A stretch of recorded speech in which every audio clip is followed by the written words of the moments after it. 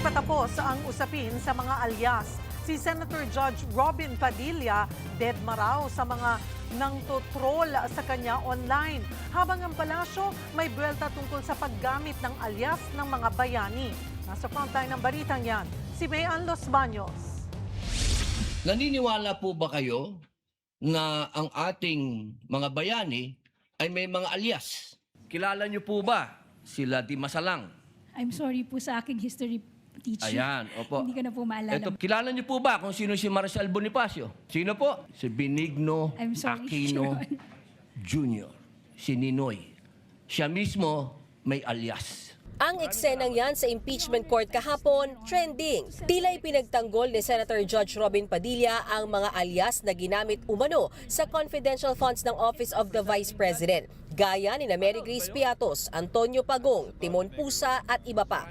Binash tuloy online si Padilla. Sagot ng senador, binoto siya ng mga totoong tao. Kaya sa mga totoong tao nang siya sasagot, hindi sa mga bayarang troll farm. Sabi pa ni Padilla, magugutom ang mga troll kapag tumigil siya. Si House Prosecution Spokesperson Representative Zia Alonto Adyong naman, pinuna ang tila paghahambing ni Padilla sa mga bayani at sa mga nasa resibo ng confidential funds ni VP Sara Duterte.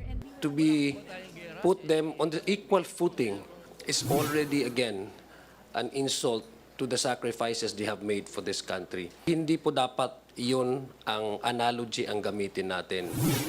Pero sabi ni Padilla, hindi na raw niya yan sasagutin dahil si Adyong ay kapatid niya sa Islam at kaibigan din daw ni Binoy ang mga Adyong. Si Palace Press Officer Yuse Claire Castro naman, hindi raw hinuhusgahan ang saloobin ni Senator Padilla pero giit niya, para sa kaalaman ng mga kabataan kung ito ang pagkukumparahin natin, ang mga bayani noon ay lumalaban para sa bayan, itinatago ang pagkakakilanlan para sa bayan, pero yung iba ngayon, itinatago ang pagkakakilanlan para sa bayad.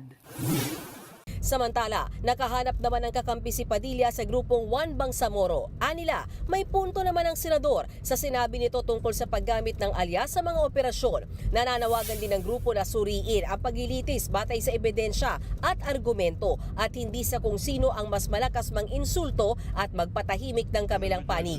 Ganyan din ang giniit kahapon ni Senate Presiding Officer Jesus Codero. Hindi raw dapat maging trial by publicity ang paglilitis sa impeachment case ni VP Sara. Dapat mas manaig ang mga ebidensya. Dahil dyan, pinaalalahanan ni Escudero ang mga abogado ng prosekusyon at depensa, pati na ang mga Senator Judge at si VP Sara na huwag pag-usapan sa publiko ang merito ng kaso.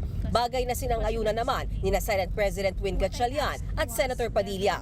Ako'y sumasaludo kay, kay Senator Chis Escudero.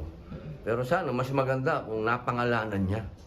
O sana napangalanan kung sino yung mga sa senador, tsaka sa prosecution, tsaka doon sa defense na naglumalabag. Kasi kinausap ko bigla yung sarili ko, may nilabag na ba ako? You think it's for the good na Yes, maging yes. mahigpit talaga sa Oo, subject? I think it's for the good kasi nga nakikita ko rin yung mga interviews ng mga lawyers on both sides.